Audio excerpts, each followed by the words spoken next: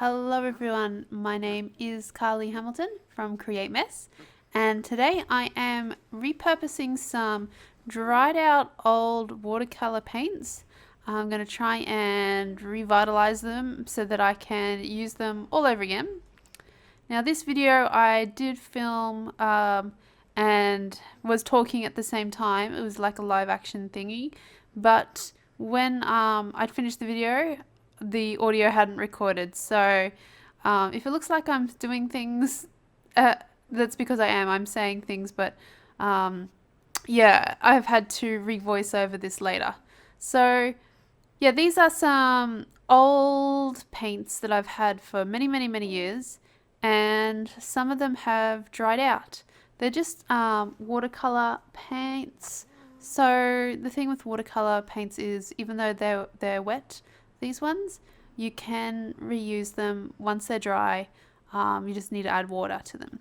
So I had this idea in my head that because they've dried up in the tubes, I could cut open the tubes and put out all the contents and, reuse them.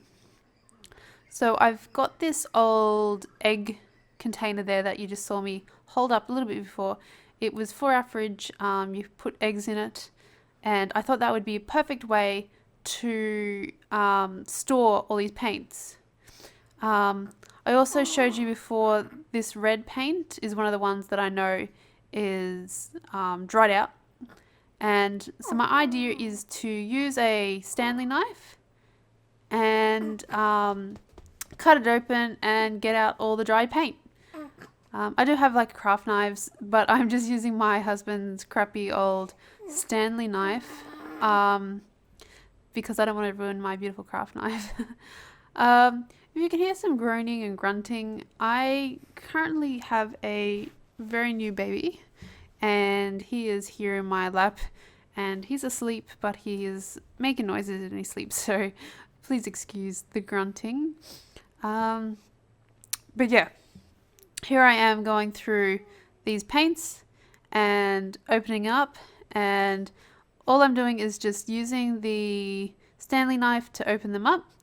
Now with this orange one, I use the Stanley knife and open it up and realize it is wet. Like, this one hasn't dried out.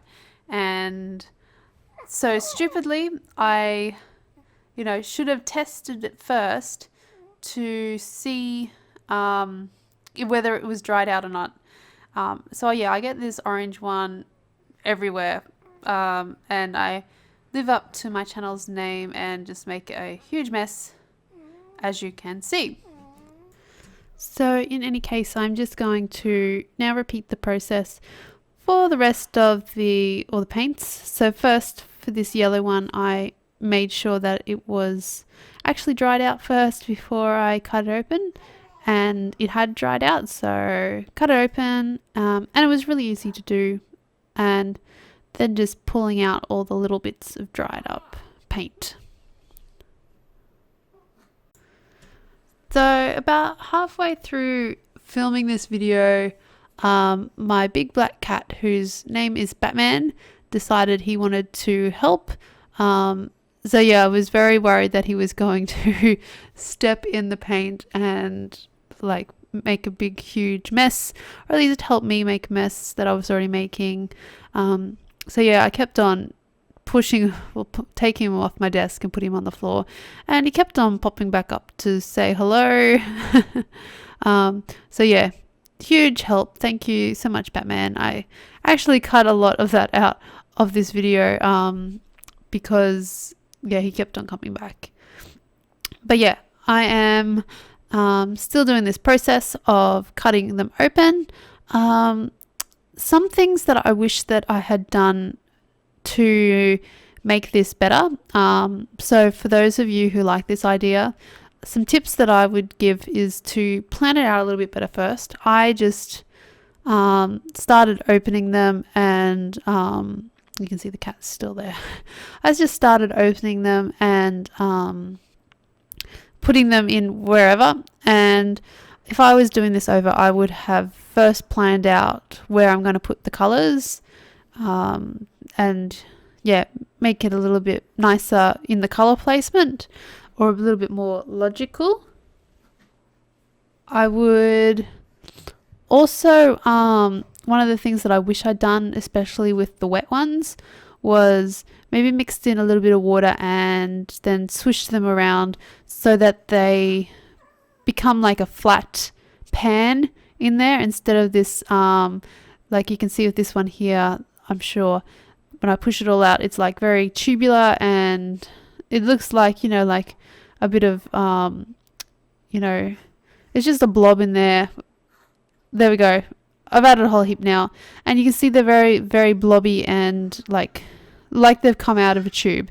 And I wish that I'd added just a little bit more water and swirled it around and made them flat so that they were just like a nice flat pan. I'm not sure if I could do that with the dry ones. I'd have to experiment or maybe look it up. But maybe with the dry ones you could as well really, really wet them so that they become wet again and then let them set flat. I'm not sure. No idea. So these paints are super, super cheap. And I did buy them years and years and years ago. So I didn't really care whether this worked out or not. But it seems to have worked out. Oh, look. There's Nala. That's my other cat. Yeah, so it seems to have worked out. And in a second, I get out a book and just do like a little quick test with them. But the whole idea of putting these into the little egg container here is just so that I can use them again. I can use them easily. I can use them quickly because they're all out in the open and ready to go. All I need is some water and a paintbrush. So the theory behind it is if I start to use these paints more, then I will go out and buy some better quality ones, some proper watercolor pans, because I would have justified the use. Because I would like some really pretty watercolor paints, but I'm not using the ones I've got at the moment, so I don't want to have that expense without it being justified. So this is kind of a test as well. Plus they were old and crappy, so I didn't really mind so much if this experiment didn't work. So yeah. As you can see, the paints themselves, the watercolors themselves, aren't that great a vibrancy or color. This isn't watercolor paper or anything as well, and I'm just doing it really quickly. So they are, you can see though that they're kind of inferior in the color, but whatever. Yeah, just a little test. They work. So that's good, and hopefully that the more I use them, the better I can make them look as well. So yeah, that was converting some really old dried out watercolor paint and saving them. I hope you like this idea, and if you've got some old dried out watercolor paints yourself, maybe give this a go. Let me know what you think in the comments below if you've tried anything like this, and any tips as well that you might want to provide with watercolors. So yeah, thank you everyone so much for watching, and I will catch you all next time. Bye.